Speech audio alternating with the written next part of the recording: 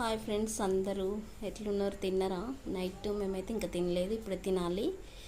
నేను ఇప్పుడే కర్రీ చేస్తున్నా ఫ్రెండ్స్. ముందుగా అయితే ఆయిల్ వేసుకొని కొంచెం జీలకర్ర వేసేసి కొంచెం ఎక్కువ వెల్లుల్లిపాయలు వేయాలి. ఇంకా వెల్లుల్లిపాయలు వేసి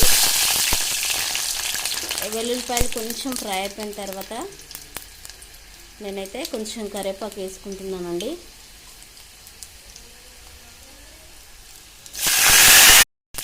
తర్వాత నేను కొంచెం పసుపు వేసుకుంటున్నానండి. ఈ స్టైల్లో ఒకసారి టమాటా కర్రీ చేసి చూడండి ఫ్రెండ్స్, ఎంత టేస్ట్గా ఉంటుందో తెలుసా. చాలా చాలా బాగుంటుంది. ఇంకా ప్లేట్లో అన్నం కూడా మిగలకుండా తినేస్తారండి. ఇంకా నెక్స్ట్ అయితే నేను ఇక్కడ టమాటాలు వేసుకున్నాను ఫ్రెండ్స్.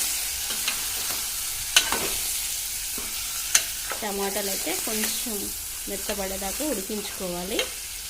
కొంచెం టమాటాల పైన అయితే నేను సాల్ట్ వేస్తున్నానండి, కొంచెం త్వరగా మగ్గడానికి.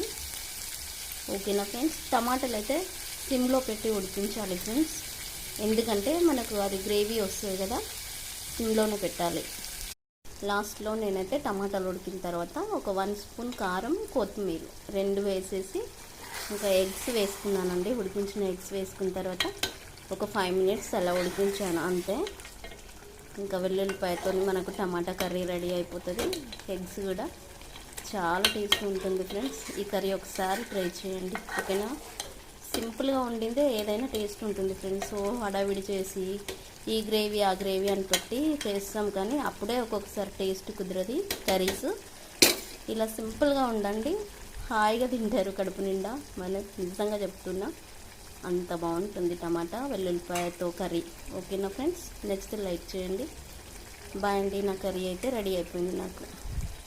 ఇంకా ఎగ్స్ అయితే ఒక 5 మినిట్స్ ఉడికితే చాలు ఫ్రెండ్స్. టమాటా కర్రీలో చాలా చాలా బాగుంటుంది. వెల్లుల్లిపాయతో టమాటా కర్రీ వండండి, చాలా టేస్ట్ ఉంటుంది అంతే. ఓకేనా ఫ్రెండ్స్? నా కర్రీ నచ్చినట్లయితే ట్రై చేయండి ఒకసారి. ఓకేనా? బాయ్ అండి.